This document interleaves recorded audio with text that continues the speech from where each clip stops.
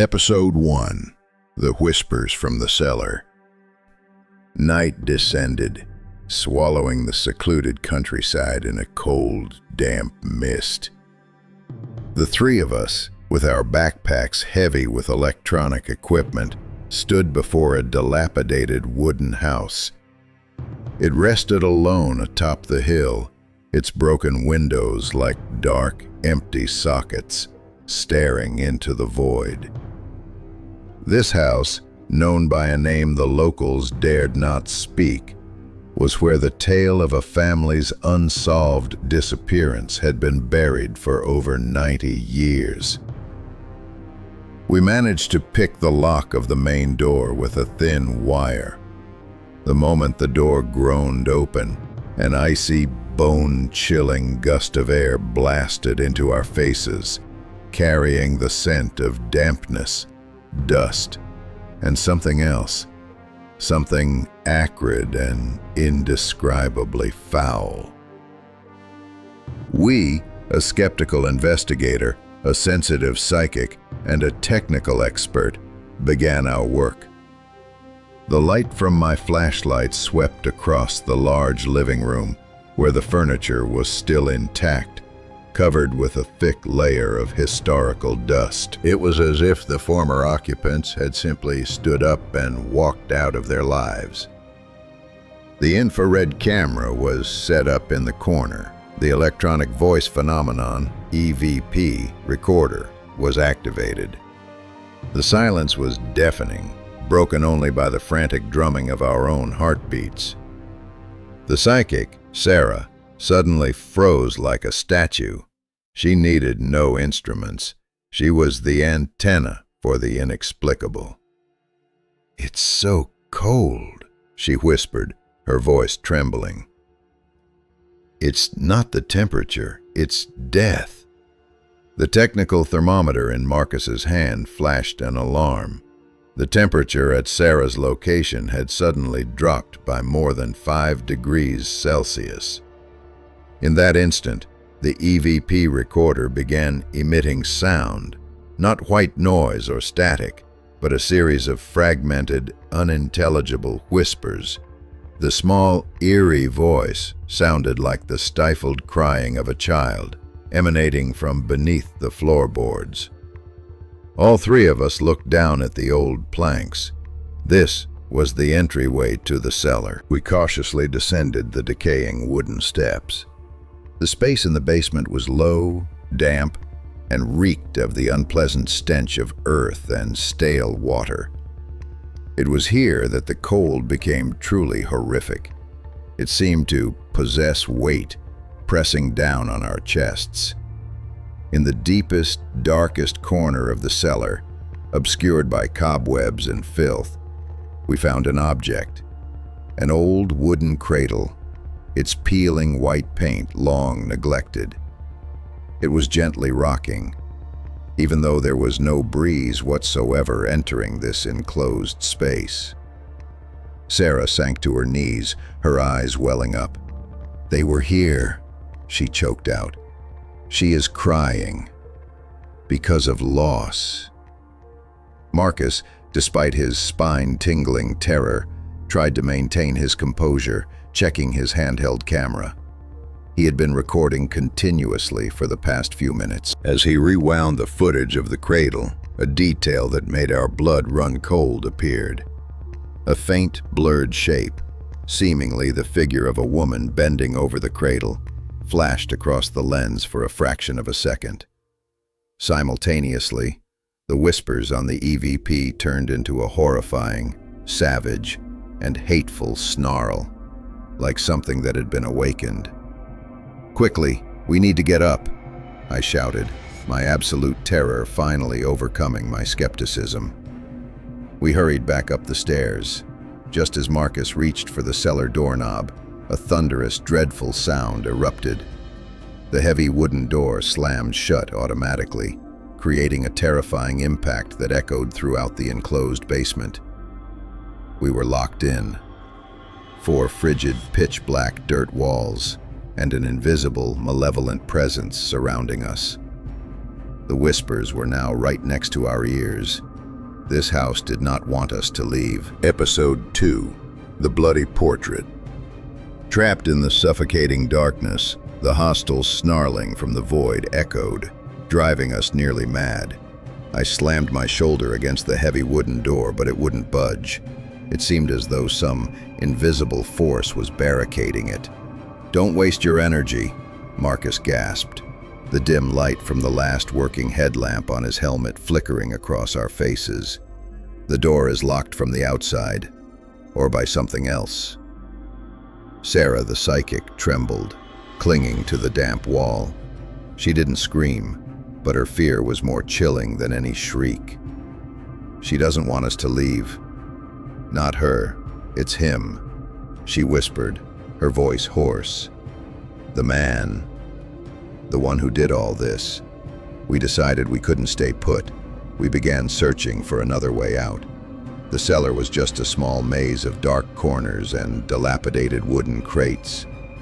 My flashlight beam swept over a section of the wall where there was a strange crack in the brickwork. I pressed hard, and a large slab of brick suddenly gave way, revealing a narrow, pitch-black corridor. It was a secret passageway, perhaps an old escape route, leading up to a room on the floor above. We crawled through the passage, struggling to push our bodies past rotten wood beams and dense cobwebs. When we finally climbed out, we found ourselves in a second-floor room, a room that had clearly been intentionally concealed. It had no conventional entrance. The room was saturated with the smell of sulfur and antiquity, the atmosphere oppressively heavy. It was filled with bizarre objects, glass jars containing black liquids, and thick leather-bound books tied with leather straps.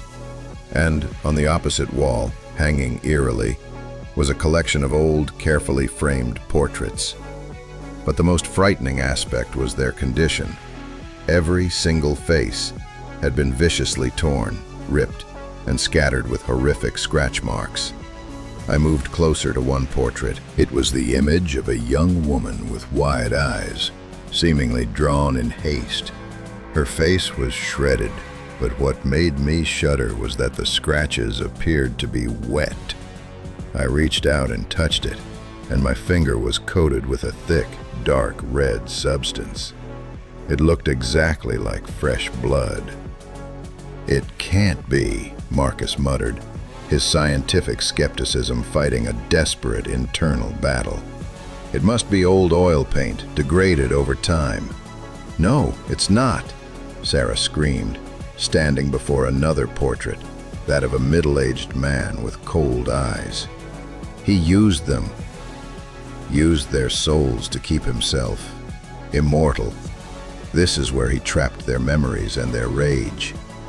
As Sarah spoke those words, the portrait of the woman I was standing next to suddenly emitted a faint moan. The dark red liquid on her face began to drip down the torn scratches. She was crying blood. We panicked, desperately searching for a way out of this sealed room. I spotted a small notebook that had fallen from beneath a decaying wooden statue. It was the homeowner's journal, the man who had lived here in the 1920s. In the shaky beam of my flashlight, I quickly read the cramped, fanatical handwriting. It detailed a soul harvest ritual, an ancient ceremony aimed at capturing the most potent souls in exchange for longevity and power. He wasn't the victim, he was the perpetrator. "We have to destroy his central artifact," I declared, looking frantically around the haunted room. Suddenly the room plunged into absolute darkness. My flashlight and Marcus's went out simultaneously, not because of dead batteries, but as if some force had violently cut off their power source. In the dense darkness, we heard Sarah's voice.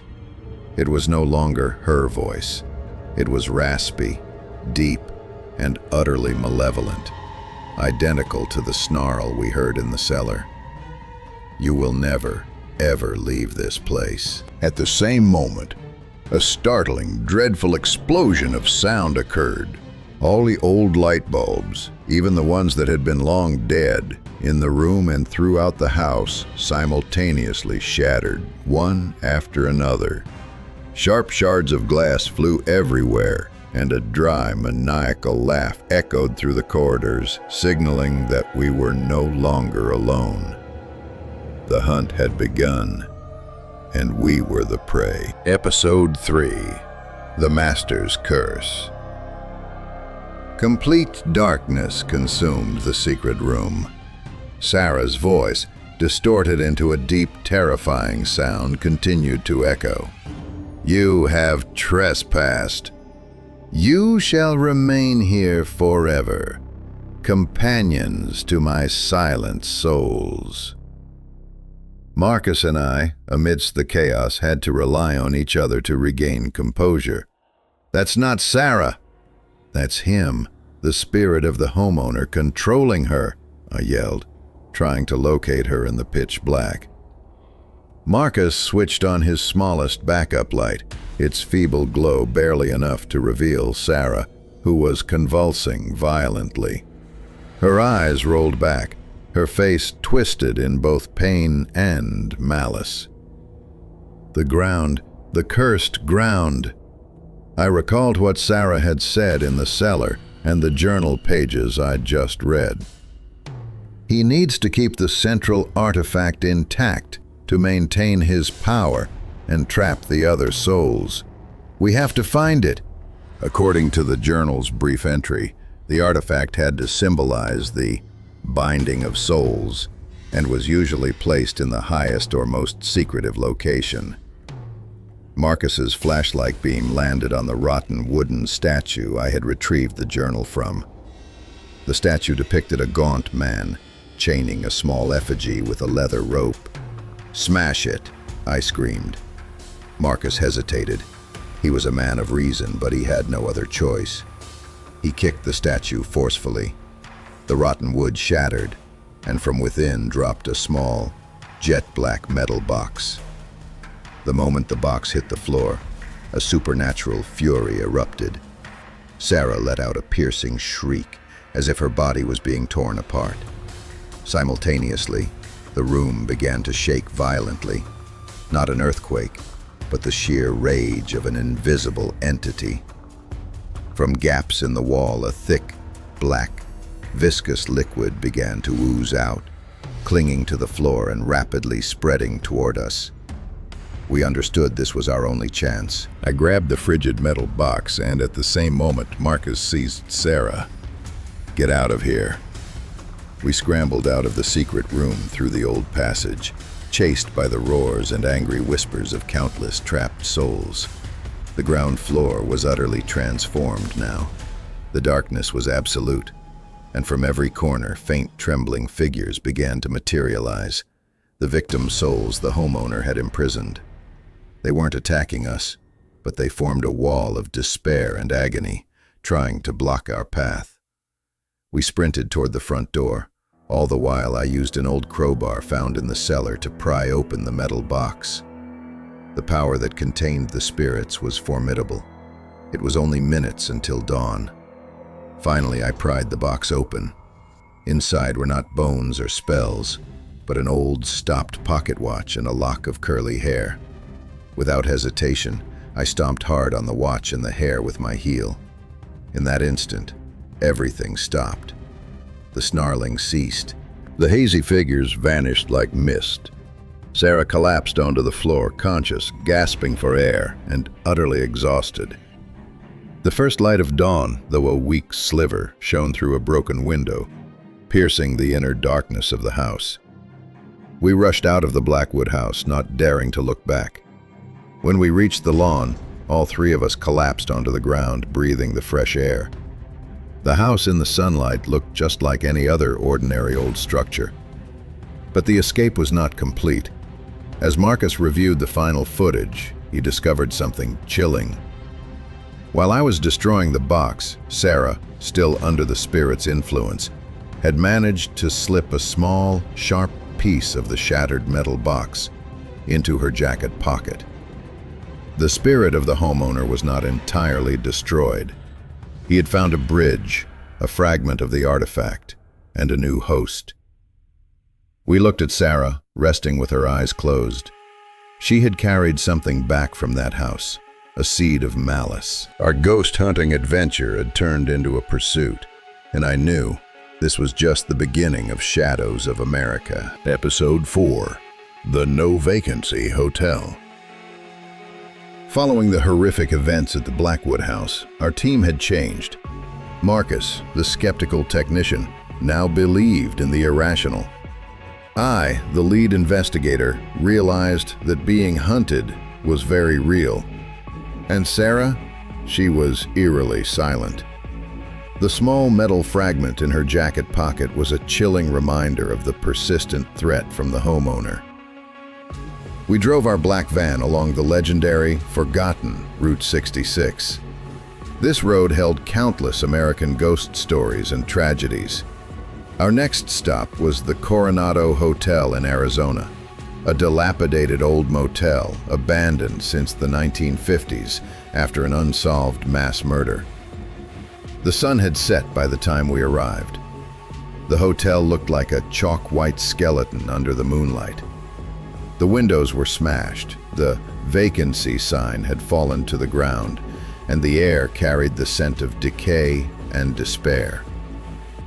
We carried our equipment into the main lobby. The thick layer of dust underfoot was like a carpet of time. Marcus set up the cameras, focusing on the old reception desk where an employee was rumored to have died tragically. Sarah, from the moment she stepped inside, clutched her arms tightly. Colder than Blackwood, she whispered, shivering. But here, too many souls are trapped in their own rooms. They can't get out. I walked toward the reception desk, where the guest register strangely lay open. The last names were recorded in 1957. However, when I flipped to the next page, a name was written in fresh, dark red ink. Room 13. The three of us exchanged glances. This hotel only had 12 rooms. We checked the old key rack. As expected, there were only 12 empty hooks. But lying loose on the counter amidst the moth-eaten files was an old, rusted brass key with a crudely carved number tag, 13. With a mix of curiosity and horror, we decided we had to find this non-existent room. Room 12 was at the end of the dark second-floor hallway. Next to it, there was just a brick wall. Marcus used the geological scanner to check, and as predicted, the wall had a hollow space behind it. It concealed a void. We used the crowbar to pry the wall open. A small room was revealed. Our flashlight beams illuminated room 13, and all three of us were nearly speechless. Unlike the rest of the hotel, this room was perfectly intact. The bed was neatly made, the wallpaper was still fresh, and an open book lay on the nightstand. The room was utterly dust-free, but it was terrifyingly cold, a cold that did not belong to this world. "This room is a trap," Sarah whispered, taking a step back. Marcus, despite his fear, held his camera, trying to record the bizarre sight. He panned the camera toward a large mirror hanging on the wall. In the mirror, we saw our reflections, but something was wrong. I saw Sarah's reflection sobbing hysterically, even though the real Sarah was standing beside me with a stunned face. And more terrifyingly, Marcus's reflection was holding an old kitchen knife. Marcus stared at the mirror. "Oh my God, that's..." Before he could finish his sentence, a tall, blurred, ghostly figure, shaped like the old hotel clerk, suddenly appeared directly behind Marcus's reflection. The ghost reached out and touched Marcus's shoulder in the mirror. The event unfolded in a fraction of a second. A chilling crack sound echoed like breaking glass. Marcus let out a sharp cry of pain, but his voice was instantly muffled. His body suddenly slumped to the floor. Sarah and I rushed toward him, but just as we reached him, Marcus vanished. Only the camera remained, clattering on the floor. The mirror now reflected only my and Sarah's faces, twisted in absolute horror. But when I looked at the camera screen, I saw the final footage. The image of Marcus being violently pulled backward into the mirror, his face contorted in sheer terror before being entirely swallowed by the reflective surface. The secret door to room 13 automatically slammed shut, locking its terrifying secret away, leaving me and Sarah completely alone. We had lost our technical expert, and he was now imprisoned in a non-existent room somewhere in the dark hallways of Route 66. Episode 5, The Woman in White. Marcus's disappearance at the Coronado Hotel weighed heavily on us. Sarah and I drove frantically away from that deserted town. Stripped of our advanced technological gear, we were left with only our experience and extreme fear. The most frightening thing was Sarah's silence. She seemed paralyzed by terror, or perhaps influenced by the metal fragment from Blackwood. "We need to stop," I said, checking the clock. It was nearly 3 in the morning. "We can't drive in this state." We pulled into a shabby diner off Route 66, a lonely beacon of light in the pitch-black Arizona desert night. The diner was called The Last Stop. We ordered black coffee and tried to pretend to be ordinary tourists, but the tension between us was a palpable, invisible wall. I noticed Sarah kept glancing at a corner booth where a chair sat empty. "Do you see something?" I asked, my voice shaky. Sarah shook her head. "No, I just feel a tragedy here. So much tragedy." The scent of tears and betrayal. The waitress, an older woman with a weary face, set down our coffee. "You ladies aren't from around here," she said, her voice gravelly. "It's best to get off this road before the sun goes down. Route 66 at night. It claims what it wants." No sooner had she walked away than Sarah suddenly turned toward me, her eyes wide. "She's here." I didn't have time to ask more. The diner radio, playing old country tunes, was suddenly cut off by fierce static. Then, a woman's voice, sorrowful but full of hatred, boomed from the speakers. "My husband. He abandoned me. He took everything. You too will pay for the men who betrayed you." The other customers, mostly truckers, seemed not to hear a thing. Only Sarah and I did. "It's the woman in white," I realized. The legend of a woman who took her own life after her husband left her, and whose spirit now wanders Route 66, haunting men and women who have been betrayed. Sarah abruptly stood up, walking toward the restrooms. I called out to her, but she seemed to be guided by an unseen force. I followed Sarah down the dark hallway leading to the restrooms. She was standing in front of the filthy mirror.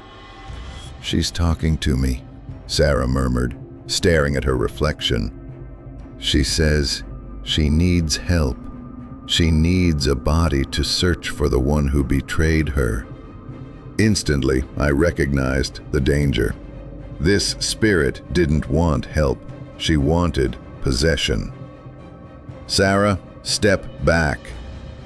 Just then, Sarah's reflection in the mirror blurred, replaced by the face of a pale, black-haired woman, her eyes streaming with tears. She began to laugh maniacally. The ladies' room door suddenly flew open. A blast of icy wind rushed in, carrying the sickeningly sweet scent of jasmine. "Let me borrow your body," the spirit's voice echoed, not just from the radio, but from the very air itself. Sarah collapsed, her body convulsing as the spirit tried to possess her. I lunged forward, pulling her out of the hallway. As we ran out of the diner, it began to pour rain. The raindrops didn't fall straight, but were strangely whipped by the wind. We jumped into the van and sped off, but just a few miles down the road, I looked in the rearview mirror and saw something that made my heart stop. A sleek black vintage car, with its lights off, was tailing us closely. The car glided silently, but its speed was relentless. And in the driver's seat, I could clearly make out a blurred shape. It was the woman in white. She wasn't driving with her hands. She seemed to be propelled by her sheer, absolute rage. "She's chasing us!" I screamed, flooring the gas pedal. Our van hydroplaned on the slick surface of Route 66, but the antique car behind us seemed unaffected by the laws of physics. It closed in, and I could clearly see the sorrowful, screaming face of the woman in white through the windshield. She didn't just want Sarah. She wanted all of us to suffer the torment she had endured. In the most horrifying moment, the antique car lunged forward, slamming hard into the back of our van. We lost control. The van spun wildly on Route 66, heading straight for the deep ravine beside the desert road. I struggled desperately to hold the steering wheel, but control was gone. The final view was a rapid blur of the spinning road, the sound of crashing metal, and Sarah's piercing shriek. Before, everything plunged into darkness and chaos. Episode 6, Salem Night and the Historical Trial. We didn't know how we survived the crash on Route 66. The van was overturned, but Sarah and I only sustained minor scrapes. After escaping the wreck, we didn't dare look back at the black vintage car, and it was gone anyway. Having endured 2 consecutive supernatural encounters, the horror had seeped into our very bones. Sarah remained haunted. She maintained an almost absolute silence, her eyes constantly distant, occasionally touching her jacket pocket where the fragment of the homeowner's metal still lay. We needed a change of pace. We needed to confront the root of the malice, not just wandering spirits. We headed east to Massachusetts, the heart of America's witch history. Salem. Salem, on a cold autumn afternoon, held a somber beauty. But for us, it wasn't a tourist destination. It was the genesis of an ancient curse. We started at one of the oldest cemeteries there, the resting place of the magistrates involved in the 1692 witch trials. I walked among the moss-covered gray stone gravestones, trying to register any spiritual activity on my remaining EMF detector. Sarah, who needed no instruments, suddenly stopped dead in front of an unmarked grave. The grave was a small, simple stone slab, hidden behind an old oak tree. On the slab there was no name, no dates, only a crude carving. It was a circle with a line slashed through it, which I recognized as a symbol of exclusion or cursing from that period. "This is an anonymous grave," I noted, recording the details. "Not anonymous," Sarah whispered, her voice shakier than usual, "but deliberately erased. They didn't want anyone to remember her. They were afraid of her." The moment Sarah touched the stone slab, she collapsed. She wasn't screaming in fear, but in pain. She convulsed and began muttering archaic words, almost Old English. It was a memory replay. Sarah was experiencing the trial and execution of the woman buried here. Cold, dry wood. "They say she belongs to the devil. No, I am innocent." She described being bound, being led to the execution platform, and the extreme coldness of death. Sarah was enduring the wrongful conviction, the agony of betrayal and condemnation. I tried to pull her up, but she was impossibly strong. She looked at me with eyes full of tears, not Sarah's, but the soul screaming inside her. "They lied. They took my land. They want me silenced forever." The spirit spoke through Sarah, its voice containing centuries of resentment. This spirit, unlike the homeowner or the woman in white, didn't want to harm us. She wanted liberation. As the convulsions subsided, Sarah gasped, her eyes returning to normal. They buried me in a place that is not consecrated ground, a forgotten plot of land. No rights. They didn't want my soul to rest. The spirit had guided us. We needed to find that piece of land. Back in town, we searched for old documents and maps. Sarah, using her sensitivity, guided me to an area behind an old church, which was now just a fenced-off, empty lot. The moment we neared the fence, a wave of cold air swept over us. But this time, it wasn't the scent of jasmine or dampness, but the smell of earth and sulfur. Sarah stood close to the fence, her face taut. There's something here. It guards the secret of her accuser. Something sealed. As the last light of sunset faded, a sense of dread, entirely different from what we had experienced, began to descend. It wasn't the wrath of an abused spirit, but a dark power, accumulated over centuries. Inside the fenced-off empty lot, we noticed a small depression in the ground, almost hidden by weeds. An invisible tremor was emanating from it. We knew we had to dig. We had found the resting place of the wrongfully convicted woman, but we had also awakened something else. The power protecting the secret of her accuser. The coming confrontation would not be with a ghost, but with the curse of history. Episode 7. The Accuser's Mark. In the dense darkness of Salem, only the weak beams of our flashlights remained. Sarah and I stood before the fenced-off plot of land, guided there by the wrongfully convicted woman's spirit. The smell of sulfur and damp earth rose strongly, as if the ground itself was trying to keep a gruesome secret buried. I dug in silence with the shovel, a chill running down my spine with every thrust. Sarah stood guard, her eyes fixed on the surrounding shadows. She was more lucid now, but her apprehension was a clear indicator of the danger. The metal fragment in her pocket seemed to be vibrating invisibly. "It's right beneath us," Sarah suddenly said, her voice catching. "It's resisting."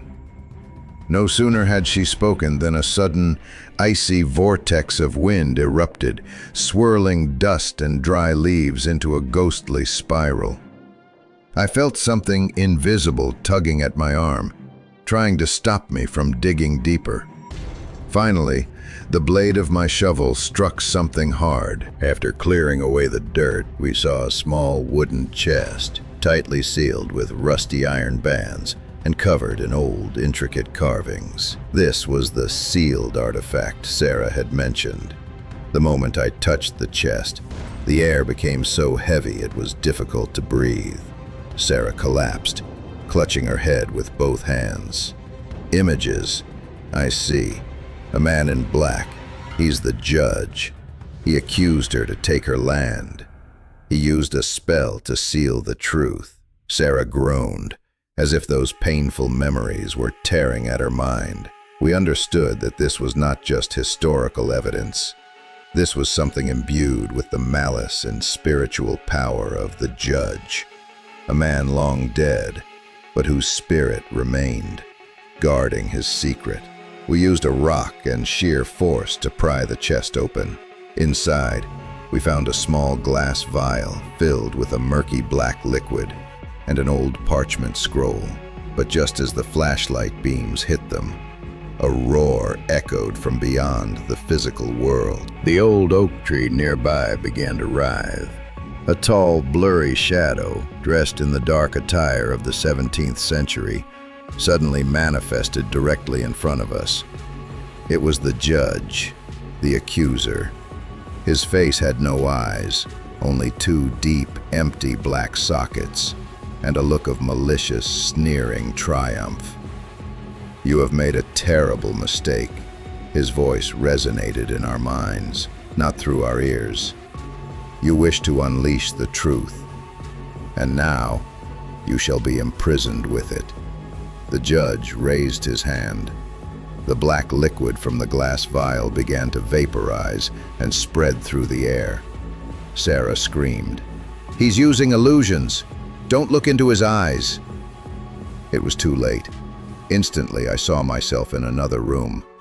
Not Salem, but the living room of my own home. My mother, with a worried expression, was looking at me. "My dear, what are you doing there?"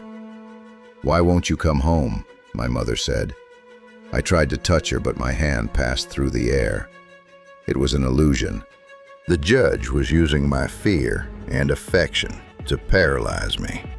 "He's trying to break our will," I yelled, my voice lost in panic, trying to speak to Sarah, who was staring fixedly at another corner of the plot, where she was likely seeing Marcus trapped in the mirror. I fought to focus on the wooden chest and the vial. There had to be a way to break this power. "The truth! It has to be the truth!" I shouted. "Her truth! The parchment scroll!" I snatched the parchment scroll. It was the woman's final confession, proclaiming her innocence and accusing the judge. I unrolled the scroll, shouting every word. "I am not a witch. He is the liar. He is possessed by the devil." As those words rang out, the judge's spirit shook violently. The illusion dissipated. I found myself back on the cursed plot of land, and the judge was backing away, clutching his head. The truth of the innocent victim was the only weapon against his power of silencing. I grabbed the glass vial. "Her soul needs this to be freed," I told Sarah. But the judge still possessed strength. He let out one final piercing shriek, so loud I felt my eardrums might burst. At the same moment, the metal fragment in Sarah's pocket flew out, soaring straight toward him. The fragment of the homeowner's power from Blackwood and the spirit of the Salem judge collided. A dark surge of energy flared, signaling an unholy merger. I knew I had no time left. I used all my remaining strength to hurl the glass vial at the unmarked grave. The vial shattered, the black liquid soaking into the earth. A brilliant white light suddenly erupted from the grave, and a sound of peaceful, profound relief echoed out. The soul of the wrongfully accused woman was finally freed. But the judge's spirit did not dissipate. He merely retreated deeper into the shadows, taking the homeowner's metal fragment with him. He had received a new source of power. We looked at each other, exhausted and terrified. We had succeeded, but at the cost of creating a new threat, a merging of the historical malice of Salem and the persistent haunting of Blackwood. Episode 8, The Spirit's Answer. Dawn in Salem brought no peace. The innocent soul had been freed, but the cost was a new, even more terrifying threat. The malevolent judge's spirit now carried a fragment of energy from Blackwood, forming a hybrid, more powerful supernatural entity than before. Sarah and I, exhausted and stunned, left the cursed plot. Sarah was lucid, but she grappled with a heavy guilt. She had unknowingly served as the bridge for two dark forces. "I can feel him," Sarah whispered. "The judge. He is stronger. He is no longer bound by Salem. He is following us." We decided to end this journey. We had lost Marcus, and we had opened doors we couldn't close. We quickly found transport back to our temporary base, far from the cursed sites. Returning to our old rented house, the silence was more frightening than any snarl we had heard. We needed to review all the evidence. I set up the hard drive from the camera that survived the Route 66 crash. We replayed the final segment in Salem, watching repeatedly the moment the metal fragment flew from Sarah's pocket and merged with the judge's spirit. "It merged," I said, my hands shaking. The malice of the 17th century combined with the persistent haunting of the 20th century. We created a new demon. As we watched the footage, Sarah suddenly drew a sharp, cold breath. She pointed at the screen. where the footage of us fleeing the Coronado Hotel was playing. Stop! Rewind the scene where we leave the diner. I reversed the tape. The video showed us rushing into the van. Just before we drove away, there was a moment, only half a second, where a small, blurry shadow flitted past the diner's rear window. It wasn't the woman in white. It was Marcus. His face was distorted, looking directly into the camera, with an expression of desperate horror and a chilling smile that wasn't his own. He wasn't trapped, Sarah said, tears streaming down her cheeks. He was possessed. The hotel spirit used him as a host, and now he's watching us. Things were far worse than we imagined. The spirits we encountered didn't just want to scare us. They wanted to replace us. I turned off the computer, feeling utter despair. The ghost hunt was over. We need to erase everything, the evidence, the data. We have to disappear, I said, trying to keep my voice steady. Just then, all the electronic devices in the room, the computer, the lights, even an old radio, flickered continuously. Then, they emitted a simultaneous burst of static, and from that noise, a voice emerged, cold, clear, and commanding. It wasn't the voice of the homeowner, the judge, or Marcus. It was the synthesized voice of all of them. You opened our eyes. Now, you must take responsibility. We are coming for you. The voice vanished. The room sank back into silence. We looked at each other. We had awakened an entire network of supernatural entities across America. That night, Sarah and I decided we would leave. As I was packing the last of our essentials, I heard a soft sound. Knock, knock, knock. A gentle yet persistent knocking came from the front door. I looked at Sarah, who was staring at the door with sheer terror in her eyes. We weren't expecting anyone. I gathered my courage, slowly approached the door, and peered through the peephole. No one. The hallway outside was dark, empty. I cautiously unlocked the door and pulled it open. Only a rush of cold wind swept in, carrying the scent of sulfur and damp earth, the signature smell of Salem. And on the doorstep, neatly placed, was an old rusted brass key, the key to room 13 from the Coronado Hotel. I picked up the key, my hand trembling. They hadn't just found us. They had sent a greeting. Sarah and I slammed the door shut, locking all the bolts. We looked at each other, knowing our journey wasn't over. It had just begun a new chapter, one where we were no longer the hunters. We had become the hunted. Episode 9. The Mirror's Residue. The clack of the final lock engaging was the most definitive sound Sarah and I had heard. The room 13 key in my hand was undeniable proof. We had been found. Just hours later, we had packed everything and vanished from our temporary base. We drove west, trying to put as many miles as possible between us and Salem, knowing it was futile. The threat was no longer bound to a location, it was bound to us. Sarah still gripped the brass key.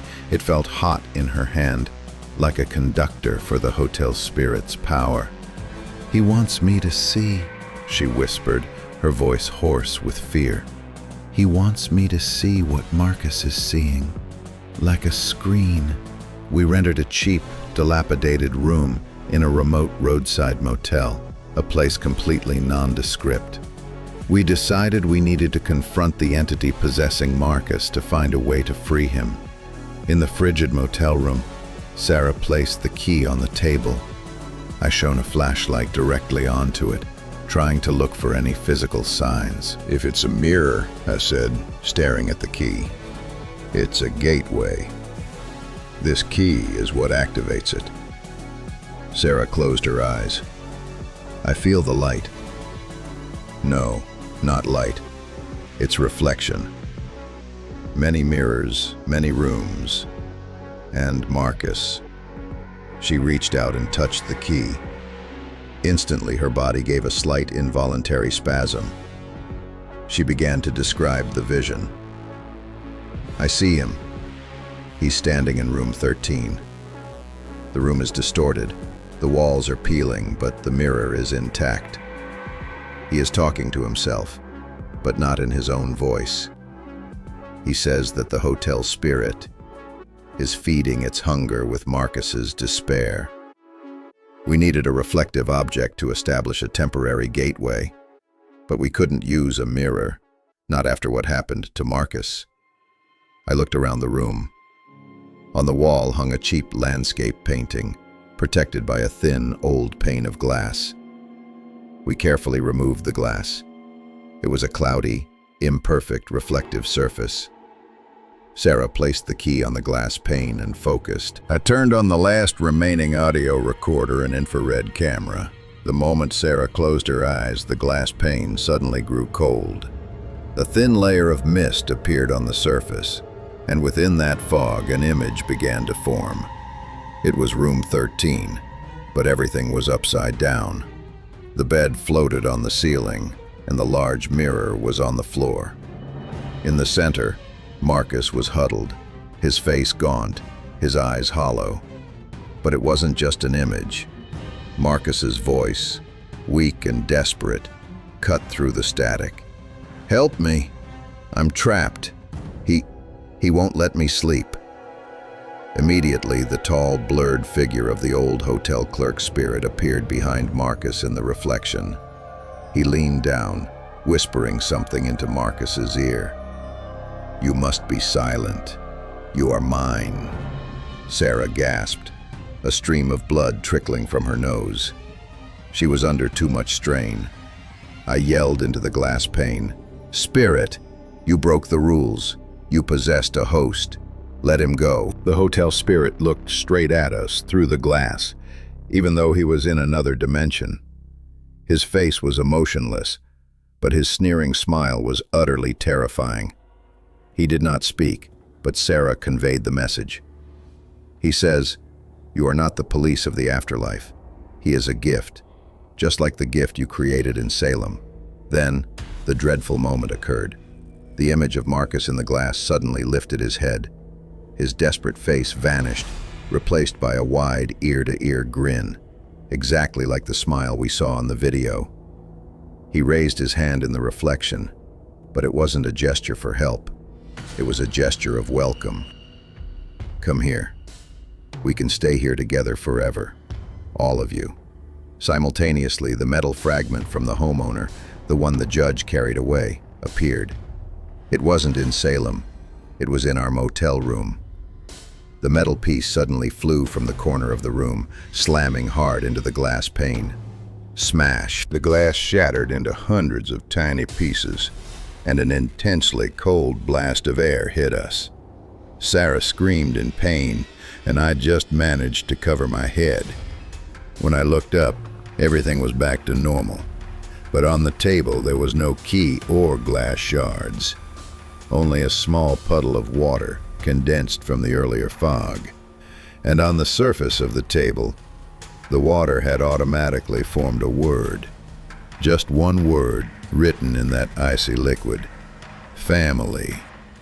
The hunt had turned into an invitation. We were no longer fighting individual spirits. They were merging, and they wanted us to join their family. Episode 10. The family is coming. The next morning, our van sped down the highway, putting distance between us and the motel. The word family, scrawled in cold water on the table, was etched into our minds. We understood that the judge, carrying the Blackwood energy fragment, and the hotel spirit, possessing Marcus, had allied, and likely many more spirits were involved. They were no longer just individual ghosts. They were a network. "They know more about us than we know about them," Sarah said, huddled next to me. The word family. It's not a promise, it's a curse. They want to create a twisted version of the life they never had. I tried to remain calm, but the fear for Marcus, our companion turned puppet, was intensely distracting. We stopped at an old gas station with a small coffee corner. While I was pumping gas, Sarah went into the restroom. I looked through the glass and saw her washing her face. Suddenly, my old mobile phone, which we thought was dead after the crash, rang. The screen flashed an unknown number. I hesitated, then answered. The voice on the other end froze my hand. It was the voice of the Blackwood homeowner, raspy and commanding. "You cannot run from me, child. You stepped into my house, and I know your secrets." My heart hammered in my chest. "What do you want?" "Peace and retribution for those who made me suffer. Your brother's death wasn't an accident, was it?" I dropped the phone. My deepest secret, my brother's death years ago, which I always blamed myself for, was being used against me. This spirit was reading my most profound fears and guilt. Immediately after, Sarah ran out of the gas station, her face pale. "In the mirror, I saw my mother," Sarah said, shaking uncontrollably. She was crying and telling me I needed to go back to Blackwood, that I was the child they wanted. The Blackwood spirit targeted me, using my personal fear. The hotel spirit, through the mirror, targeted Sarah, using her family trauma. They were successfully dividing us. We realized that continuing to run would only make them stronger. They were feeding on our fear. "We have to fight back," I said, my voice hardening. "We can't communicate with them, but we can disrupt them. We need a massive distraction." We remembered the parchment scroll in Salem, the evidence of truth that freed a soul. But we no longer had any physical evidence.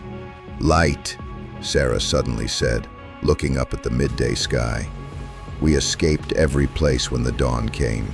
We destroyed them with truth. If we don't have proof, we'll use real light." I understood her meaning. Not physical light, but transparency. We drove to a large electronics store. We bought everything needed for a desperate plan: a high-powered generator and a massive projector screen. That night, we returned to another abandoned location on the highway, an old warehouse with a strong power source. We made one last effort to save Marcus. We projected a video onto the huge screen. Footage of Marcus setting up equipment, his easy smile, his innocent skepticism. Sarah and I believed that by forcing the hotel spirit to see the true memories of its host, we could create a crack. I started the generator. Marcus's video flickered onto the large screen. Initially, nothing happened. Then, the air around the warehouse began to grow cold. We heard scratching sounds on the metal roof, the shattering of windows. Then, the image on the screen began to glitch. Marcus's smile on the screen distorted, twisting into the horrific grin of his possessor. The judge's voice echoed in my ears. "Stop! You are tainting our puppet. You have no authority." But we kept projecting. We shouted good memories of Marcus, forcing the spirit to listen. In a moment of intense strain, the screen suddenly went dark. Then, a different image appeared. Not Marcus. It was a diagram, a map of the United States with dozens, maybe hundreds of red dots flickering. Each dot was a cursed location, and from that map, the merged voice spoke, no longer angry, but chillingly calm. "We are many. We are all who have been forgotten, and you have awakened us. Welcome to your new existence." Then the screen exploded in a flash of light. As Sarah and I rushed out of the warehouse, we knew we had failed to save Marcus, but we had received a message and a warning. The hunt was over. We were now part of the new family.